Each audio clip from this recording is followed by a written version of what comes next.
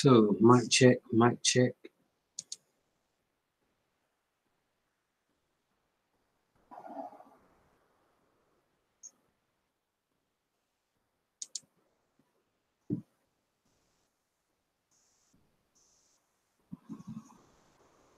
Okay, it's that time of the week when I review my week, and the topic of the week has been, seeing as I've only made 3 videos and they all have a running theme.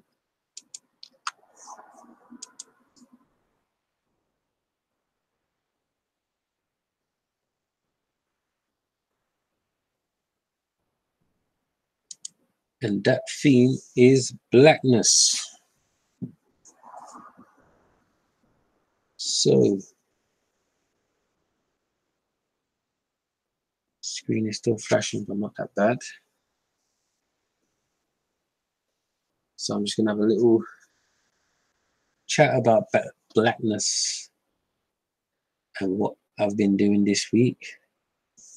First things first, I gotta say my discussion section, check it out, because still put my racing up there and I done well today. Not that great, I done well. 3 winners out of 4. That's kind of enough to get by the racing season, and it's enough. Well, it's a strike rate that's enough to get people started on this game if they're gonna continue to do it. So, just trying to check out, just trying to stop this flashing.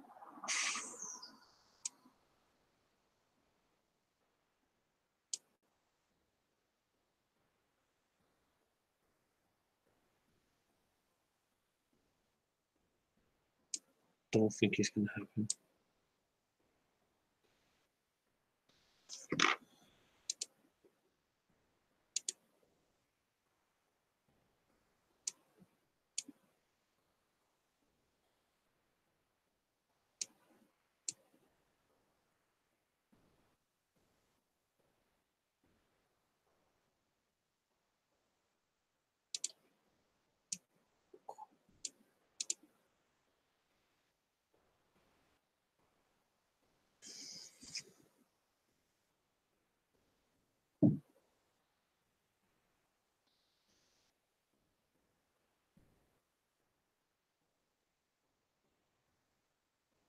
We'll try and sort this out one time. So, just gonna have a conversation on blackness now.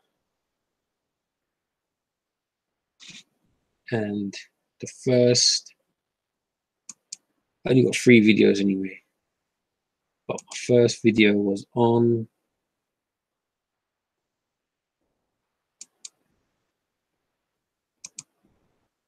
the pro-black label. No, there's a huge confusion with the pro-black label, and there's a video about it, and I would do the videos wrong anyway. But to get to break down the whole problem with the pro-black label is so many people see it as different things.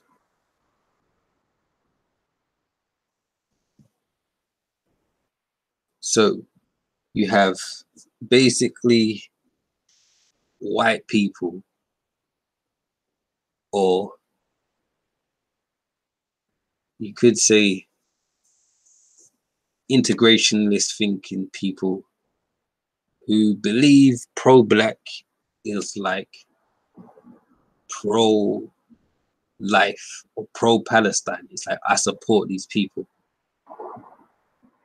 And the first thing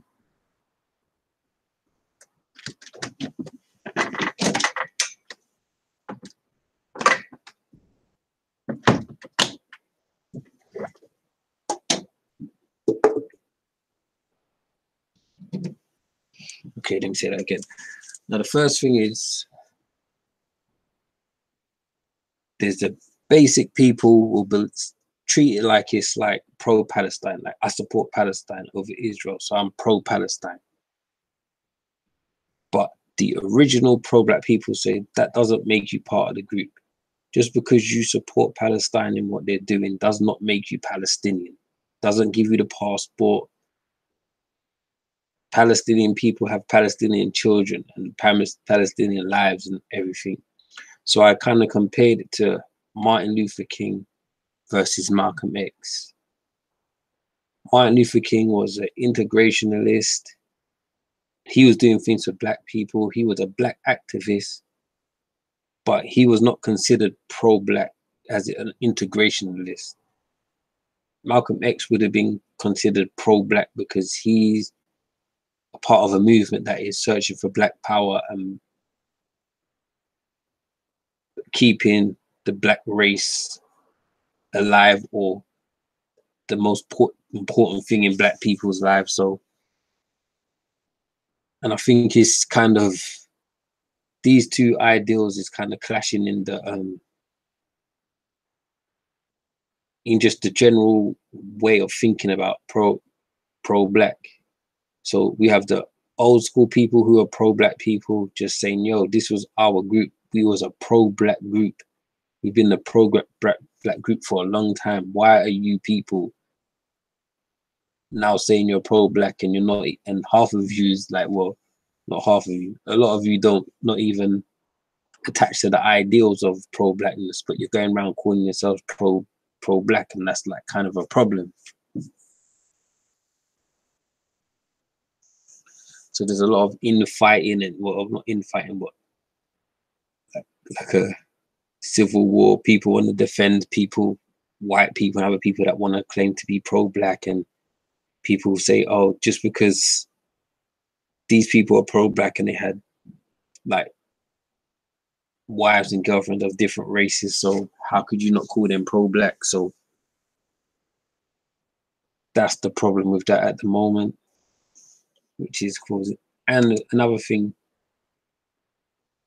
which ties into this anyway,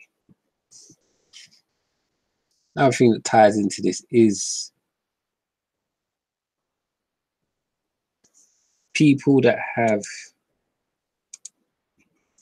are in mixed relationships and they're kind of prominent members of groups.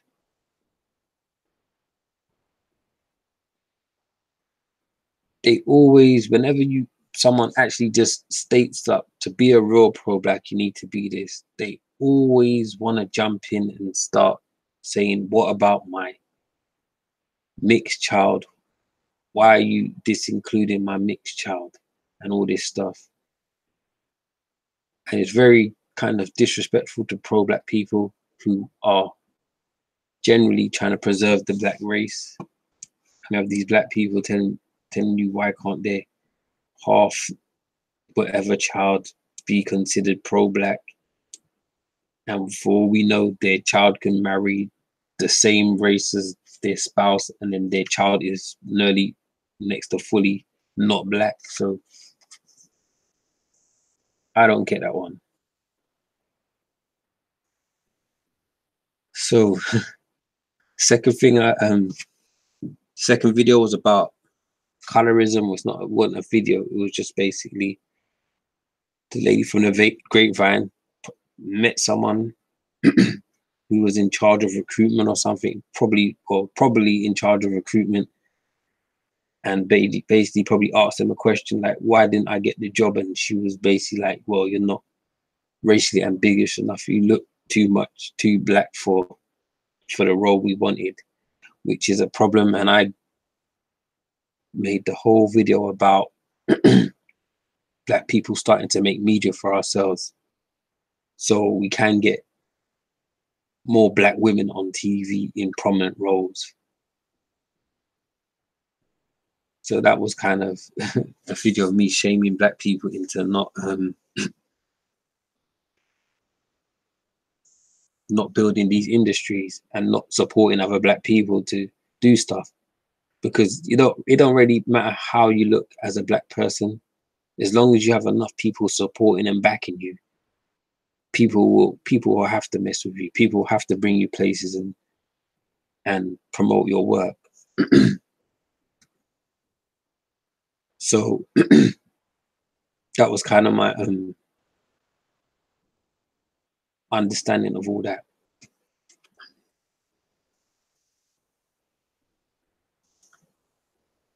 And the last one was about hair. It's just a video on why black men shame or always talk about black women in hair. So there was a video one time of two YouTubers, big YouTubers, and they had their first little encounter. And the first thing that the dude said was like, show me your edges. If you want to talk to me, have a conversation, show me your edges. He didn't want to talk about anything where he said, show me your edges. And it's like, he was only doing it to basically see if her, like, challenging her blackness or challenging her accepting her black features, basically as a shaming tactic.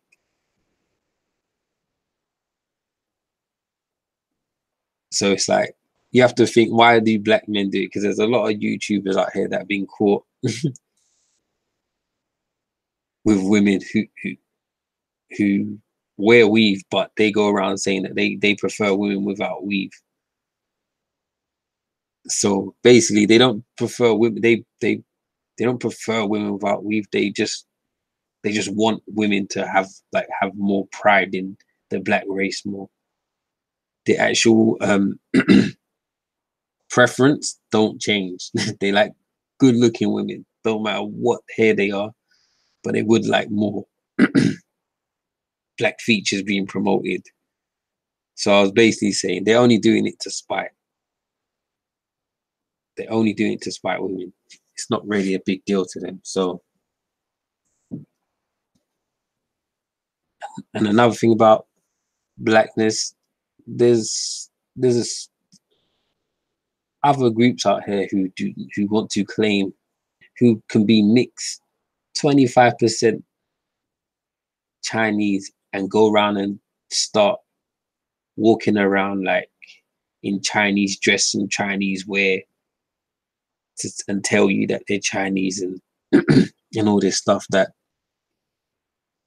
and basically don't tell them that they're black because they have a different history to you and all this stuff. And it's kind of like,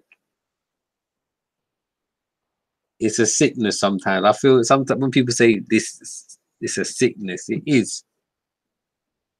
You have people out there who say, oh, I'm not black, I'm Israelite. I'm not black, I'm this. I'm not black, I'm that. And they got a full thick head of hair straight from Africa. You can't have been out of Africa that long if you have hair like this. You can't have been, you know what I'm saying? You can't have mixed, like, bred out your Africanness in your DNA for years, like, if your hair is thick. Like, I don't get how these people, even, let's talk about the South Americans now, because they are Native Americans and they all have straight hair, but people want to argue because there was darker skinned people in South America, they associate it with, oh, there were black people before, and the black people that was there before, other than the travelers that came on and basically the Aztecs was fascinated with, or whatever they say, or the people they copied to make the whatever. Or it may even be Melanesian. Well, I'm talking about the Melanesian blacks that was in South America. They are more like Aboriginal Australians. They were dark skinned and they still had a looser hair texture. So all this saying that Afro people were in America, other than the few ships that went across, is just disingenuous. Most of them, most Africans and most people with 4-type hair came on them slave ships and on them airplanes. They were not there as originals. There were a few, but not many, as they try not to suggest there was a whole race of like thousands, over thousands there. There was just that many. Like, it was just a few, and I don't know why people want to start claiming that they're native to this, native to that, and it's just embarrassment. But yeah, them type of people should just like, it's just like when the Israelites go on the come on the black forums, everybody just says go away. You people need to just go away. You can't be on a black website. See a website called Black People, Black Community website. You go there and say, oh, we're not black, we're something else. Go away. Find your group's place and go and stay there. Don't mess up everybody else's platforms because you want to be something else. If you're Israelite, not black, if you're, you know what I'm saying, if you're, all these things are not black, go find the Israel community to go and talk your stuff. Go and find the Israel forums or whatever videos to do your stuff. Don't bother black people when black people are doing their things.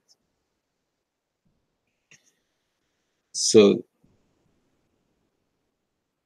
that's my week, and I got gnostics to do. Gnostics are going to be in a podcast type because I think I've given everybody the basics of being of a gnostic. All it takes now is just like connecting the dots. It's like a dot to dot. I've put all the dots in there. All you have to do is like just connect them for people, which don't need much. It don't need no specific videos. It just needs little conversations explaining it. So I don't know how I'm gonna display that, but I want to do it different to this one. I think this is going to be the start for weekly conversations, although I don't know what the flashing is doing right now, but this will be it.